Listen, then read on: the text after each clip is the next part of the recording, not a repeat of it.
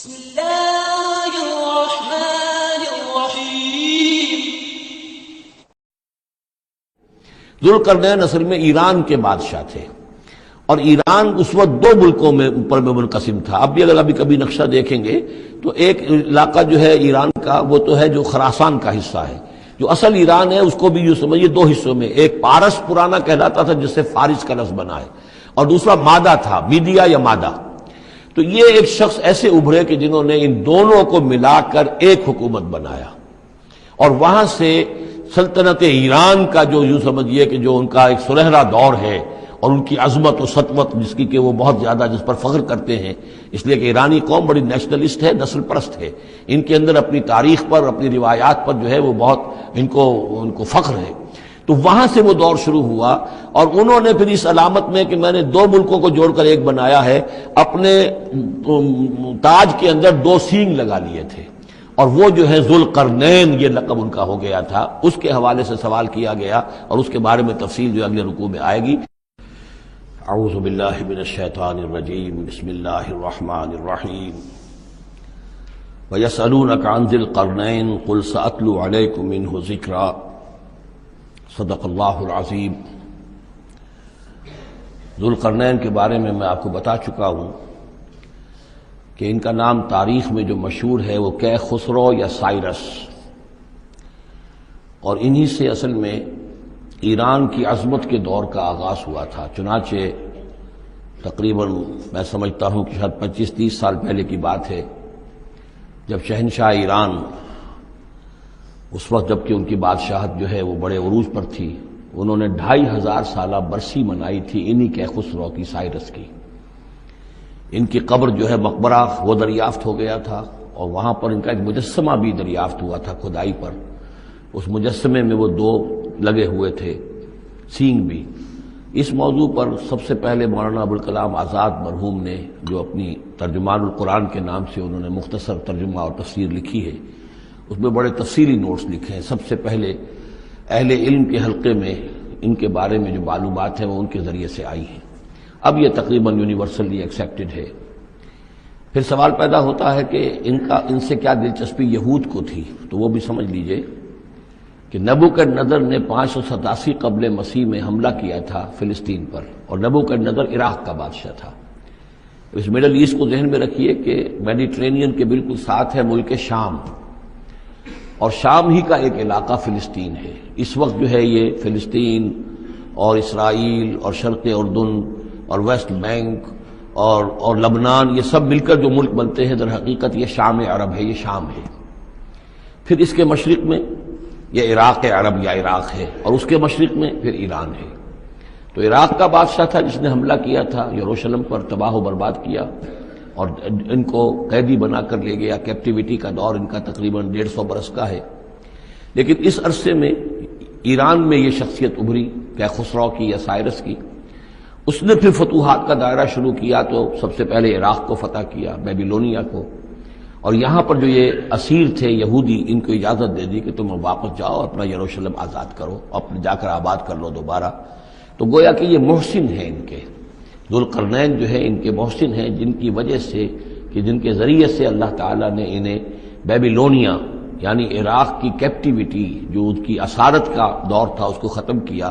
آزادی ملی، اور پھر یہ واپس آئے۔ حضرت عزیر علیہ السلام کے ساتھ قافلہ آیا ہے،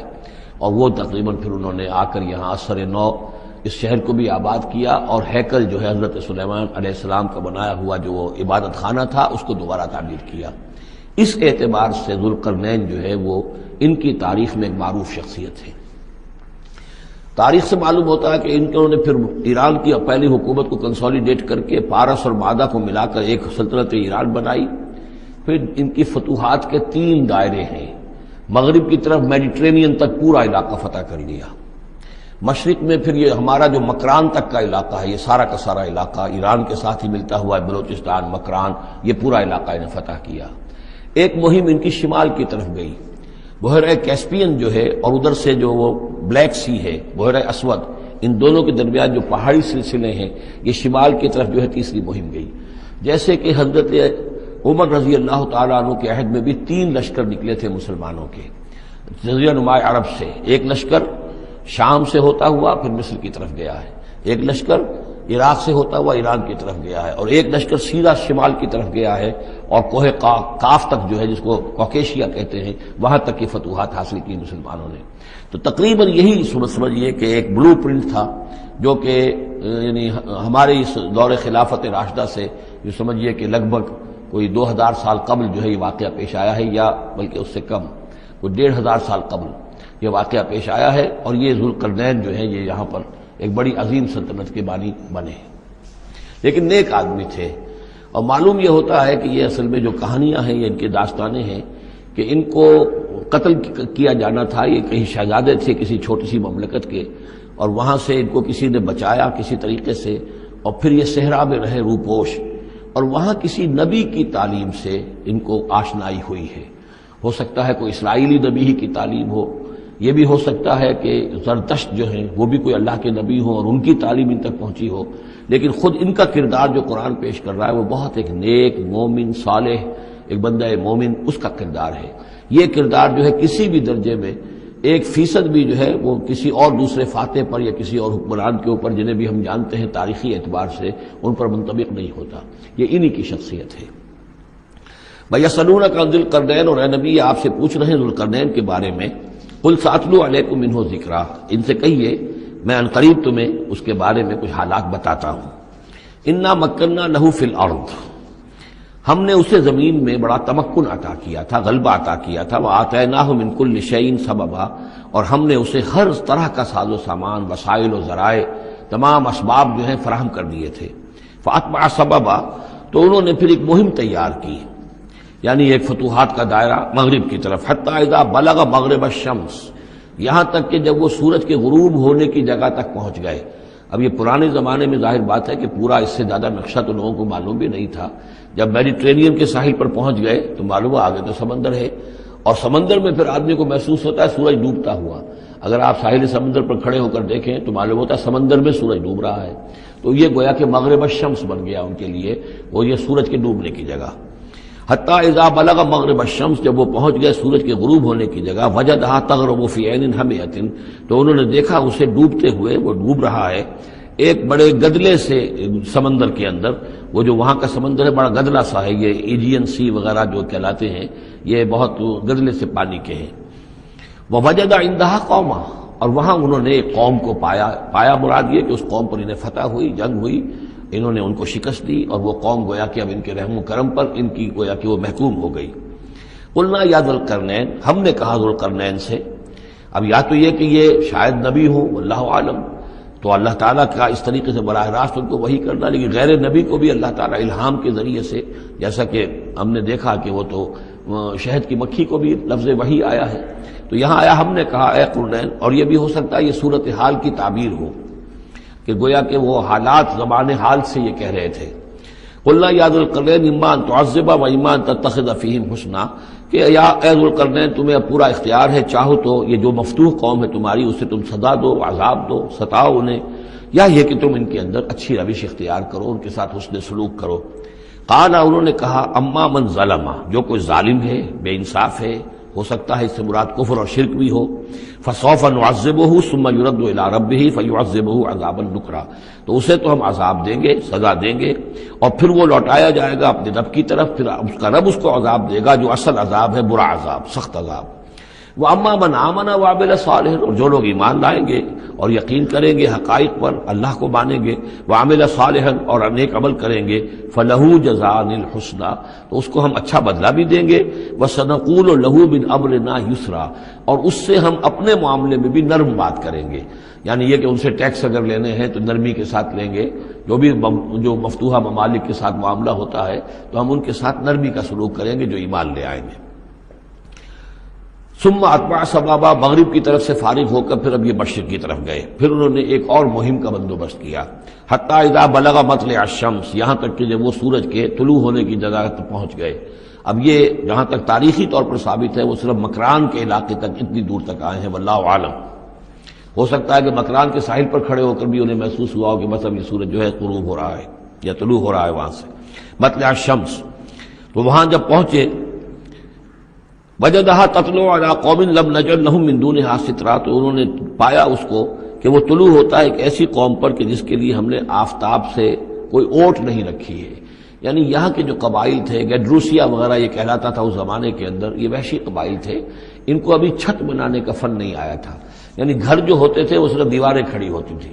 کہ جو خالی پلاٹ ہے زمین کا اس میں یہ دیوار کھڑی ہے، یہ میرا گھر ہے، یہ تمہارا گھر ہے، لیکن گھر میں چھت وغیرہ کا بھی کوئی تصور ان کے ہاں نہیں تھا. ظاہر بات ہے کہ چھت ڈالنا جو ہے یہ تو ایک تمدن کے ارتقاء کے دور کی علامت ہے. تو وہ بغیر کسی سورج کے سائے کے وہ اپنی زندگی گزارتے تھے. کذالک، ایسا ہی ہوا وہاں بھی، یعنی جو پہلے ہوا تھا کہ یہاں بھی معاملہ وہی ہوا کہ اللہ تعالیٰ نے اختیار مطلق انہیں دیا، فتح دی، لیکن انہوں نے یہاں بھی یہی کہا کہ جو نیک لوگ ہوں گے ان کے ساتھ ہم نرمی کریں گے اور جو شریر ہوں گے ان کو سخت سزا دیں گے. وقد احطنا بما لدیہ خبرا، اور ہمیں پوری طرح معلوم ہے کہ جو وہاں اس کی خبر ہوئی اور جو بھی حالات وہاں گزرے، جو ماجرا وہاں ہوا. ثم اتبع سببا، اب یہ تیسری آ رہی ہے. ثم اتبع سببا، پھر اس نے ایک اور مہم تیار کی، یہ شمالی مہم ہے. حتی اذا بلغ بین السدین، یہاں تک کہ جب وہ دونوں پہاڑوں کے درمیان پہنچ گئے، دو دیواروں کے درمیان پہنچ گئے. تو یہ سمجھ لیجئے بحیرہ کیسپیئن داہنی طرف ہے، مشرق میں بحر اسود، اس کے درمیان یہ سلسلہ کوہ ہے اور یہ پیرلل چلتے ہیں دو اور ان کے درمیان سے پھر وہ درے ہیں کہ جن میں سے ہو کر شمالی علاقے سے جو وحشی قبائل تھے وہ آ کر یہاں حملہ کرتے تھے، تاخت و تاراج کرتے تھے، لوٹ مار کر کے چلے جاتے تھے، جن کو یاجوج ماجوج کہا گیا ہے. حتی اذا بلغ بین السدین، جبکہ یہ پہنچے ان دونوں دیواروں کے درمیان. وجد من دونہما قوما، تو انہوں نے پایا ان دونوں کے برے ایسے لوگوں کو، لا یکادون یفقہون قولا، یہ لوگ بھی ایسے تھے غیر متمدن، کیونکہ بات سمجھتے نہیں تھے، یعنی زبان ایسی ہوگی کہ جو ان کی سمجھ میں نہیں آ رہی تھی، لیکن یہ کہ کسی نہ کسی ذریعے سے انہوں نے اپنا ایک مطلب، اپنی ایک عرضداشت پیش کی. قالوا یا ذا القرنین، انہوں نے کہا کہ اے ذو القرنین، ان یاجوج و ماجوج مفسدون فی الارض، یاجوج اور ماجوج جو قومیں ہیں یہ زمین میں بہت فساد مچانے والی ہیں. فہل نجعل لک خرجا، تو کیا ہم آپ کے لیے ایک سالانہ خراج مقرر کر دیں، الا ان تجعل بیننا و بینہم سدا، اس کے عوض کہ آپ ہمارے اور ان کے درمیان ایک سد تعمیر کر دیں، ایک دیوار حائل کر دیں کہ وہ ہم پر حملہ آور نہ ہو سکے، یعنی درے کو بند کر دیا جائے. یوں سمجھیے جس اصول پر کہ آج کل ڈیم بنتے ہیں. ڈیم کیا ہے کہ ایک پہاڑی سلسلہ یوں آ رہا ہے، ایک پہاڑی سلسلہ یوں آ رہا ہے، دریا درمیان میں سے گزر رہا ہے، آپ نے اس گزرگاہ پر ایک دیوار کھڑی کر دی تو یہ گویا کہ ایک آرٹیفیشل لیک کریٹ ہو گئی، پانی یہاں جمع ہو رہا ہے. تو اگر پہاڑی سلسلے دو چل رہے ہوں، ان کے درمیان جو راستہ ہے اس کو اگر بند کر دیا جائے، ایک دیوار کھڑی کر دی جائے اور اس دیوار کے مضبوط دیوار ہو، تو ظاہر بات ہے کہ پھر ادھر سے کوئی آ کر حملہ آور نہیں ہو سکتا، ان کے لیے ایک حفاظت کا سامان ہو جاتا ہے. یہاں یہ سمجھ لیجئے کہ یاجوج ماجوج سے کیا مراد ہے. حضرت یافس علیہ السلام، جو تین بیٹے تھے حضرت نوح علیہ السلام کے، سام، حام، یافس. سامی نسل کے بارے میں تو ہم نے بہت کچھ سمجھ لیا کہ حضرت ابراہیم بھی سامی نسل سے تھے، پھر قوم عاد بھی سام ہی کی نسل کی ایک شاخ تھی، قوم سمود بھی اسی کی شاخ تھی. یہ تمام جو ہے یہ تو سیمیٹک ریسز ہیں. حضرت یافس کی اولاد نے یہ سینٹرل ایشین ماؤنٹینز کا جو سلسلہ ہے اس کو کراس کیا اور شمال میں چلے گئے، اور شمال میں جا کر دائیں بائیں پھیل گئے. پھر یہ میدان ہے، ٹنڈرے کے میدان اور فلانے میدان اور بڑے بڑے کھلے میدان ہیں. تو گویا کہ ایشیا کو درمیان میں جو سلسلہ کو ہے تقسیم کر دیتا ہے، ایک شمالی حصہ ہے، ایک اس کا جنوبی حصہ ہے. یہ شمالی میں چلے گئے اور جا کر پھر پھیلنے میں وہ مشرق کی طرف آئے تو چین اور ہند چینی تک یہ ساری قومیں جو ہیں یہ یلو ریسز، یہ انہی کی نسل سے ہیں. اور مغرب میں چلے تو روس، اور روس سے ہو کر روس کے ساتھ ملتا ہوا علاقہ اسکینڈینیوین کنٹریز کے ساتھ، پھر وہاں سے وہ اتر کے اور یورپ کے بھی جو یہ مغربی ممالک ہیں، اینگلو سیکسنز جو ہیں، یہ بھی در حقیقت اسی سے اسکینڈینیوین کنٹریز سے اترے ہوئے لوگ ہیں. تو یوں سمجھ لیجئے کہ ویسٹرن یورپ اور ایسٹرن یورپ کا بھی خاص طور پر شمالی علاقہ، اور پورا یہ روس کا علاقہ، اور پورا صحرائے گوبی، اور پورا چین، اور وہاں تک جو ہے ہند چینی تک، یہ یافس کی نسل ہے.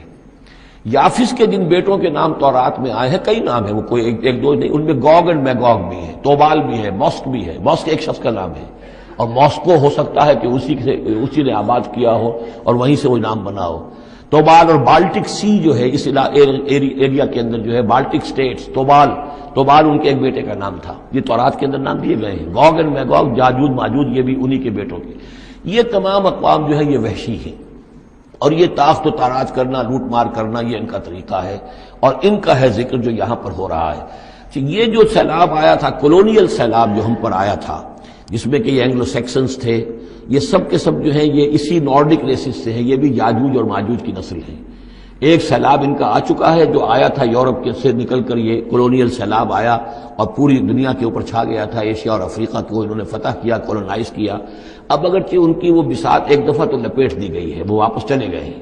انڈائریکٹلی ہم پر حکومت کر رہے ہیں ابھی ان کے جو ملٹی نیشنلز ہیں ان کے ذریعے سے، یا بینکوں کے ذریعے سے، IMF کے ذریعے سے، ورلڈ بینک کے ذریعے سے انڈائریکٹ حکومت ہے جو نیو ورلڈ آرڈر ہے۔ لیکن یہ ہے کہ ابھی ایک اور جو سیلاب ان کا آنے والا ہے وہ آتا ہے احوال قیامت کے معاملات میں۔ آرمگڈون کے بعد جب حضرت مسیح علیہ السلام کا نزول ہو چکے گا اور یہودیوں کا خاتمہ ہو چکے گا، اور پھر یہ کہ تمام جو عیسائی ہیں وہ مسلمان ہو جائیں گے، عیسائیت ختم ہو جائے گی حضرت مسیح علیہ السلام کے آنے کے بعد، اور مسلمان اور عیسائی مل کر ایک ملت بن جائیں گے، سب مسلمان ہوں گے۔ اس کے بعد آخری سیلاب پھر آنا ہے جو اس کے خلاف، وہ احادیث میں آتا ہے، پھر وہ یاجوج اور ماجوج کا ہوگا۔ اور میرے نزدیک یہ یاجوج اور ماجوج جو ہے وہ ایسٹرن علاقے سے آئیں گے، چائنا وغیرہ سے، ہند چینی سے۔ آرمگڈون جو ابھی ہونی ہے فوری طور پر بڑی جنگ، اس میں یہ لوگ جو ہے بیٹھے رہیں گے، یہ جنگ میں حصہ نہیں لیں گے۔ یہ مڈل ایسٹ میں جنگ ہوگی، یورپین پاور ساری ہوں گی، کرسچین پوری طاقتیں ہوں گی، اور ادھر جو ہے مسلمان ہوں گے، اور حضرت مہدی جو ظاہر ہوں گے، جو اللہ تعالیٰ ایک عنایت کرے گا مسلمانوں کو لیڈر عرب کے اندر، وہ پیدا ہوں گے، مجدد ہوں گے، اور ان کے ذریعے سے عرب کے اندر ایک اسلامی حکومت بھی قائم ہوگی۔ لیکن ان کے لیے مدد کے لیے خراسان کے علاقے سے فوجیں آئیں گی، مشرق سے آئیں گی، اور یہ علاقہ جو ہے وہ ہے جو ہمارے قریب ہے، اور ہم بھی اسی علاقے میں ہیں۔ اللہ تعالیٰ ہمیں توفیق دے کہ یہاں وہ ہم پہلے اس نظام میں خلافت قائم کریں، تاکہ یہاں سے پھر فوجیں جائیں اور حضرت مسیح کے ساتھ ہو کر اور حضرت مہدی کے ساتھ ہو کر عیسائیوں اور یہودیوں کے ساتھ جنگ کریں، اور بالآخر پھر یہ کہ پوری دنیا میں اسلام کا بول بالا ہوگا۔ لیکن جب یہ ہو چکے گا، اس کے بعد ایک سیلاب پھر آئے گا یاجوج اور ماجوج کا۔ تو یہ چونکہ پوری ایک سلسلہ ہے، ایک نسلیں ہیں اس کے اندر بہت سی، تو ان میں چونکہ تفسیری اعتبار سے بہت سی باتیں جو ہے مختلف آراء بھی سامنے آئیں گی، تو میں نے جو رائے میری ہے وہ آپ کے سامنے بیان کر دی ہے۔ اس وقت بھی وہ یاجوج ماجوج تھے جو ان شمالی دروں سے آ کر حملے کرتے تھے۔ الا ان تجعل بیننا وبینہم سدا، تو کیا ہم آپ کے لیے ایک سالانہ خراج طے کر دیں تاکہ آپ ہمارے لیے یہاں ایک سد تعمیر کر دیں، ایک بند باندھ دیں یہاں پر۔ قال ما مکنی فیہ ربی خیر، اب دیکھیے ان کا کردار، ان کا مجھے جو کچھ میرے رب نے دے رکھا ہے، دولت دے رکھی ہے، مال دے رکھا ہے، وہ بہت بہتر ہے اس سے کہ جو تم مجھے پیش کر رہے ہو، مجھے خراج کی ضرورت نہیں ہے۔ ہاں تمہاری ایک ضرورت ہے، میں وہ پوری کر دیتا ہوں۔ فاعینونی بقوت، مجھے مین پاور فراہم کرو، باقی ساری سامان جو ہے میں فراہم کر لوں گا، لیکن بہرحال اس کو بنانے کے لیے، دیوار بنانے کے لیے، اور دونوں پہاڑوں کے درمیان اتنی بڑی جو سد تعمیر کرنے کے لیے جو مین پاور چاہیے، اعینونی بقوت، تو محنت کے ذریعے سے، مین پاور کے ذریعے سے میری مدد کرو۔ اجعل بینکم وبینہم ردما، میں ان کے اور تمہارے درمیان ایک موٹی دیوار بنا دوں گا۔ آتونی زبر الحدید، لاؤ میرے پاس تختے لوہے کے۔ حتی اذا ساوا بین الصدفین، یہاں تک کہ جب دونوں جو اونچانے تھیں اس کے درمیان کا پورا علاقہ پر ہو گیا، بھر گیا، وہ لوہے کے تختے جو ہیں اس کے اندر بھرے جا رہے ہیں۔ حتی اذا ساوا، برابر کر دیا دونوں پھانکوں تک پہاڑ کی، قال انفخوا، اب ان کا کہ آگ جلاؤ اس کے نیچے، وہ دہکا دی بھٹی جس سے کہ اب وہ لوہا گرم ہوا اور لوہے کی تختے جو ہیں وہ گرم ہو گئے۔ حتی اذا جعلہ نارا، جبکہ وہ سارے کے سارے لوہے کے جو تپ گئے خود اور سرخ ہو گئے۔ قال آتونی افرغ علیہ قطرہ، تو کہا لاؤ میرے پاس پگھلا ہوا تانبا کہ میں اس کے اوپر انڈھیل دوں۔ تو اس طریقے سے گرین فورس کنکریٹ سے بھی 10 گنا سمجھیے مضبوط شے انہوں نے بنا دی کہ اس میں لوہا اور پھر لوہا سیسا یا تانبا پلایا ہوا، تو اس طریقے سے ایک بڑی مضبوط دیوار قائم کر دی۔ اس دیوار کے جو آثار اب بھی موجود ہیں، دیوار تو موجود نہیں ہے، یہ داریال اور دربند کے درمیان یہ کشادہ راستہ ہے اب بھی، یہ ویسٹ کوسٹ جو ہے کیسپین کا، اس کے ساتھ اس کی لمبائی 50 میل اور اس کی اونچائی 29 فٹ اور 10 فٹ چوڑی یہ دیوار تھی جو اس وقت بنی ہے، یعنی جس طریقے سے کہ بنتے ہیں بڑے بڑے بند، ان سے بھی بڑی یہ تھی سد تعبیر کی گئی۔ السد العالی کہلاتا، اسوان ڈیم جو ہے جو مصریوں نے بنایا تھا، بہت بڑا ڈیم، السد العالی، اونچی دیوار۔ تو ہمارے ہاں یہ تربیلا اور منگلا یہ سب کیا ہے، یہ اسی طرح کے ڈیم ہیں کہ پہاڑی سلسلے آ رہے ہیں،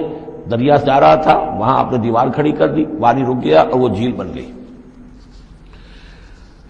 فمستطاعوا ان یظہروہ، تو انہوں نے کہا کہ اب یہ لوگ نہ تو یہ اس کے اوپر سے آ سکیں گے، اس کو نہ چڑھ سکیں گے، ومستطاعوا لہ نقبا، نہ اس میں کوئی سوراخ لگا سکیں گے، نقب لگا سکیں گے۔ قال ھذا رحمۃ من ربی، یہ سب اتنا بڑا کارنامہ کر کے بھی انہوں نے کہا یہ سب رحمت ہے میرے رب کی طرف سے، میرا کوئی کمال نہیں، یہ سب اللہ کی طرف سے ہے۔ فَإِذَا جَاءَ وَعْدُ رَبِّي، اور جب میرے رب کا وعدہ آئے گا، جَعَلَهُ دَكَّا، وہ اس پوری دیوار کو جو ہے ریزہ ریزہ کر دے گا، ختم ہو جائے گی دیوار۔ اب وہ دیوار وہاں موجود نہیں ہے، وہ ختم ہو چکی ہے امتداد زمانہ سے، اب اس کے کوئی آثار باقی نہیں رہے، بس آثار معلوم ہو جاتے ہیں کہ یہاں وہ دیوار ہوتی تھی، جس سے یہ میں نے ڈائمنشنز آپ کو دیے ہیں۔ وَكَانَ وَعْدُ رَبِّي حَقًّا، اور میرے رب کا وعدہ جو ہے وہ حق ہے، سچ ہے، پورا ہو کر رہے گا۔ وَتَرَكْنَا بَعْضَهُمْ يَوْمَئِذٍ يَمُوجُ فِي بَعْضٍ، اب جب یہ وقت آئے گا اللہ تعالیٰ کا قیامت کا وقت، تو ہم چھوڑ دیں گے اس روز ان کو، یہ ایک دوسرے میں گتھم گتھا ہو جائیں گے۔ یہ جو کچھ ہونے والا قرب قیامت سے پہلے جس قسم کے لشکر آنے ہیں اور جیسی جنگیں ہونی ہیں، اور یہ جو یاجوج ماجوج جب آئیں گے تو آتا ہے احادیث کے اندر کہ پورے دریا، پورے سمندر پی جائیں گے، ہر چیز کھا جائیں گے، اور یہ معلوم ہوتا ہے کہ یہ چینیوں کے ہاں تو خاص طور پر سانپ بچھو جو شے ہو، کتا بلی، ہر شے چٹ کر جاتے، کوئی شے نہیں چھوڑتے۔ اور میں سمجھتا ہوں کہ شاید آدم خور بھی ہو یہ کہ کسی وقت میں جب ان کو ضرورت پڑے تو آدمی کو بھی کھا جائیں، جو کتے کو، بلی کو، سانپ کو، بچھو کو، ہر چیز کو کھا جاتے۔ تو ان لوگوں کا معاملہ جو ہے واقعتاً یہ جب ابھی تو ذرا رکے ہوئے ہیں، کنٹینڈ ہے ایک طرح سے، لیکن ایک وقت میں ان کا بند کھلے گا، اور چونکہ پھر یہ جو ہے تمام چاروں طرف ان کے پہاڑ ہیں، ہر پہاڑ کی اونچائی پر سے من کل حدب ینسلون، نیچے اترتے ہوئے نظر آئیں گے۔ اور یہ نقشہ بعین ہی اسی طرح اخبارات میں آیا تھا جب 62 میں وار ہوئی ہے نیفا میں، جو ہندوستان کا مشرقی جو علاقہ تھا جہاں کے چین اور بھارت کی جنگ ہوئی ہے، تو اس کے الفاظ جو اخبارات میں آئے تھے، waves after waves of Chinese soldiers were coming down the slopes, لہروں کی طرح، موجوں کی طرح چلے آئے۔ ان کے اتنے آدمی ہیں، ان کا تو کہنا یہ ہے کہ تم سب کے سب ہلاک ہو جاؤ گے، ہمیں تم ہلاک نہیں کر سکتے، ہم تو چیونٹیوں کی طرح جو ہے بلوں کے اندر گھس جائیں گے، ایٹمک وارفیئر کے بعد تمہارا تہس نہس ہو جائے گا، ہمارا کچھ نہیں بگڑے گا، ہم پھر نکلیں گے اور پوری دنیا کو فتح کریں گے، وہ یہ کہتے ہیں۔